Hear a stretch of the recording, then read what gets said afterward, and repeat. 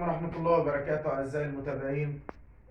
كنا وعدناكم ووفينا إن يكون في فقرة فيديو ملهوش دعوة بالقانون وملهوش دعوة بالصيغ القانون والمعلومات القانونية، ولكن هيكون فيديو للتوعية.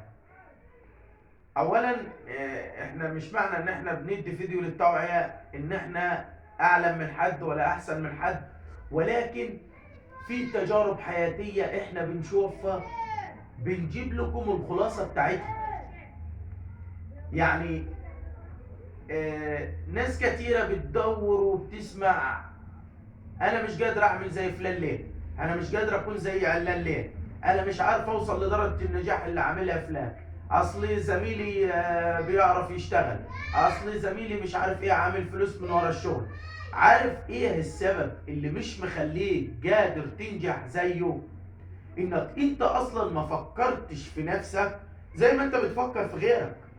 انت شاغل نفسك بالناس. انت لو استغليت التفكير اللي انت بتفكره في حياة الناس والبص على الناس، وده اشتغل وده ما اشتغلش وده معاه وده ما معاش، هتوصل وهتنجح.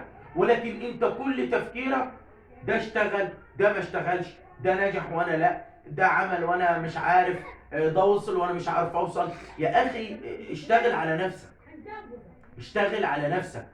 يعني حتى الإصلاح في الدين قال لك عليك بنفسك أولا، مش إن أنا أقعد معلش أحقد على الناس وأبص على الناس وأقعد آكل في نفسي وحصر في نفسي من دون أنا ما أكون عايز أتحرك ولا أعمل حاجة أتحرك لقدام. طب أنت مستني مين يعني يجي؟ يعني أنت هتفكر في الناس وهتبعت واحد يقوم بالأعمال اللي أنت المفروض مكلف بيها؟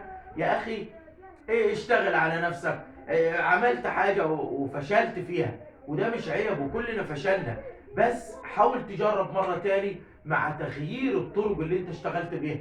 انا عملت الشيء ده وما قدرتش انجح فيه ليه؟ اسأل نفسي ليه؟ اكيد في حاجة معينة انا مثلا اخفقت فيها.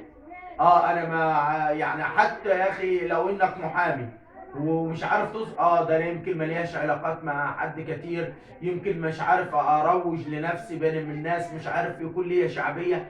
اشتغل على الحاجات دي بدل ما انت شغال ان ده معاه وده معاش. فلو عايز توصل لو عايز توصل لازم اولا الوازع الديني. انت لو يعني معلش يعني خايف اللغه تخوني ولا التعبير يخوني، ما انت ما قاعدش غير انك تحقد على الناس بس.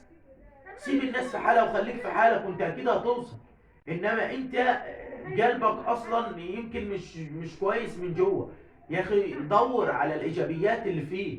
كل واحد فينا ربنا مديه حاجات افضل من التاني، بس الراجل الصح اللي يعرف يكسب الحاجات دي في صفه ويعرف يشتغل يفعلها بطريقة ايجابية عشان يوصل للي هو عايزه.